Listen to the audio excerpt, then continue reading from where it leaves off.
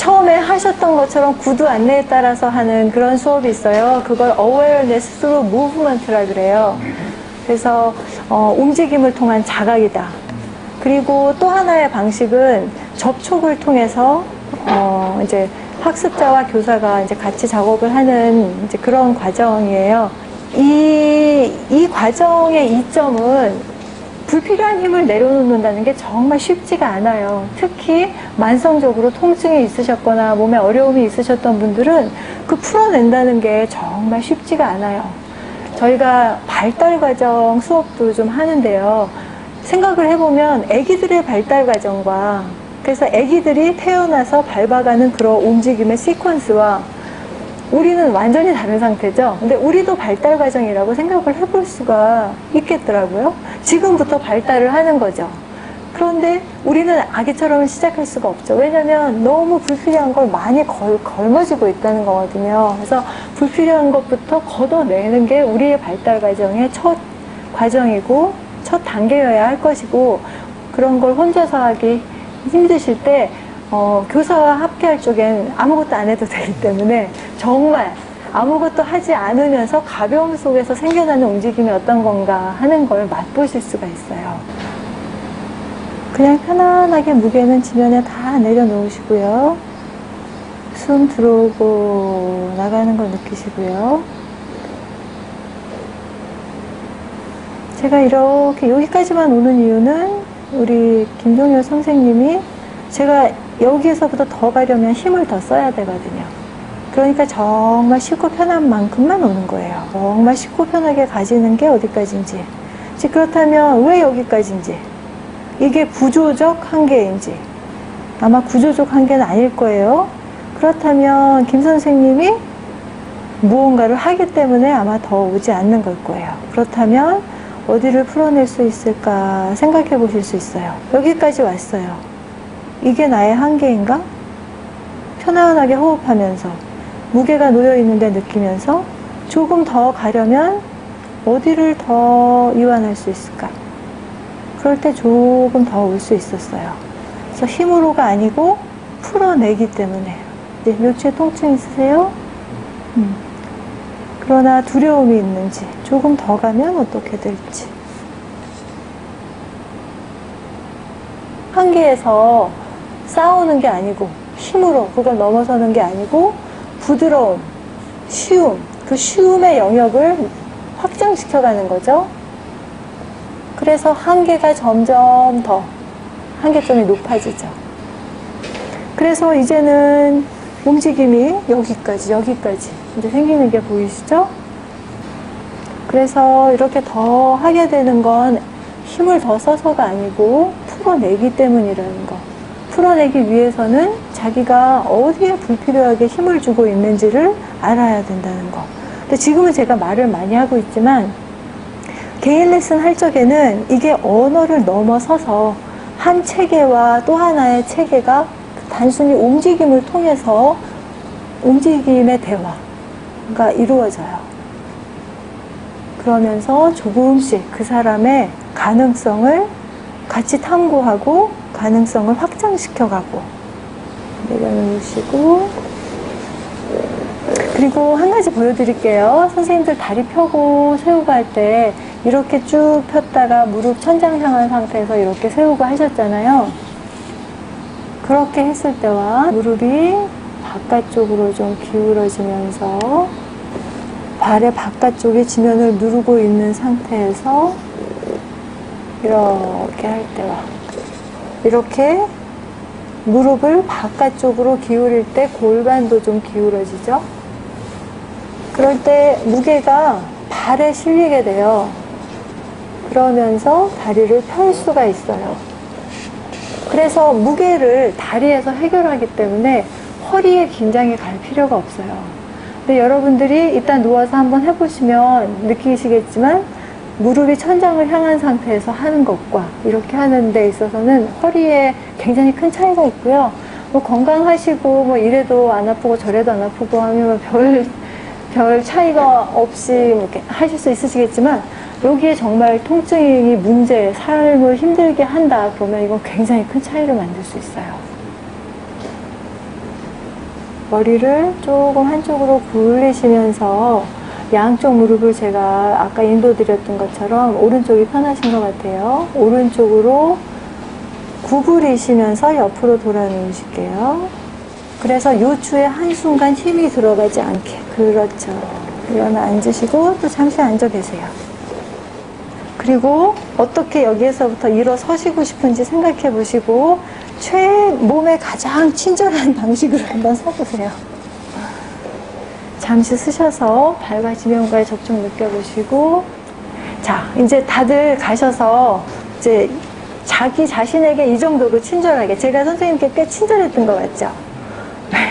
자기 자신에게 이 정도로 친절하게, 본인은 어떤 움직임이 생겨나는지, 회전이 되는지, 아니면 척추뼈 하나하나 분절 움직임이 생기는지, 어디가 분절되는지, 어디가 통으로 가는지, 이런 것도 느껴보시면서.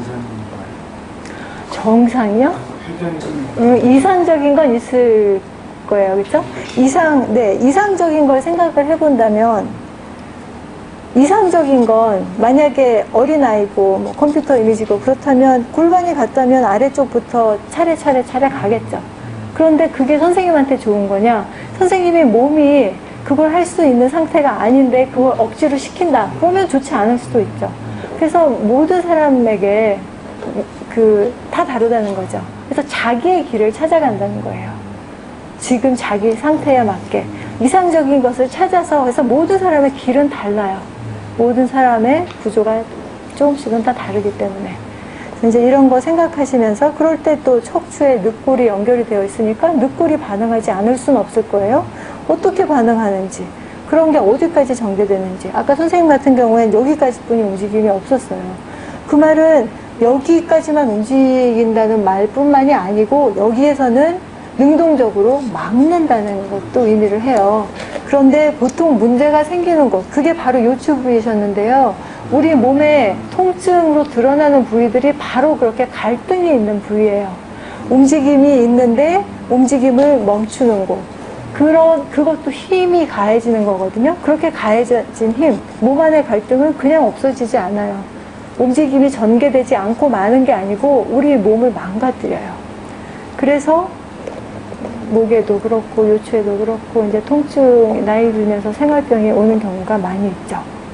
생각해 보시면서. 디스크에 있었거든요. 네. 디스크에 있어서 여기 치료를 이제 하셨는데 이렇게 하다 보니까 날씬하지 않고 그래서 물리치료는 못 받았고요. 네. 제가 그냥 서점에서 책을 좀 사가지고 네. 거기서 책에서 이제 뭐 집에서 할 수 있는 운동요법 네. 그런 걸로 이제 한 2달 동안을 열심히 했더니 네. 좋아하셨어요. 네. 이 레슨을 하면 대부분의 분들이 처음에는 그렇게 움직임이 선생님과 비슷한 움직임들로 많이 시작이 돼요. 그리고 자기가 맡고 있다는 걸 모르죠.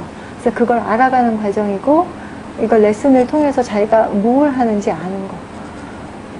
사실상 우리가 여기서 하는 것 중에 가장 중요한 건 자기가 뭘 하는지 아는 능력을 기르는 거예요. 모셰 펠덴크라이스라는 분이 사람들에게 가르치고 싶어 했던 건 움직임이 아니고 그냥 대충 아프지 않은 방법을 우리한테 알려주는 게 아니고 자기가 뭘 하는지 알고, 그래서 자기가 하고 싶은 걸 하고. 왜냐면 선생님이 이렇게 할 때 여기를 자기가 맡고 있다는 걸 모르셨으면, 그리고 책을 보시고 이런 움직임을 보셨어요. 그래서 아, 이게 좋대구나. 막 계속 하셔요. 그러면 계속 막으면서 하셨을 거 아니에요. 그러면 여기는 더 계속 망가지실 수도 있어요. 예를 들자면.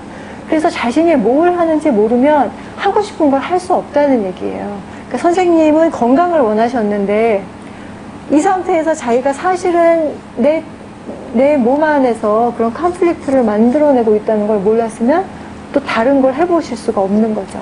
그래서 내가 뭘 하는지를 알고, 그래서 하고 싶은 걸 해서 정말 내가 하고 싶은 걸 하면서 의미 있게 한평생 살자. 좀 더 인간답게 살자. 좀 더 인간다운 인간이 되어라. 그런 방식을 알려주신 거예요.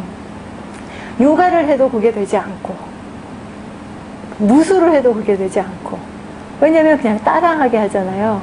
그런데 저도 요가도 좀 했거든요. 근데 사람들이 선생님이 하라는 대로 하느냐? 그렇지 않아요.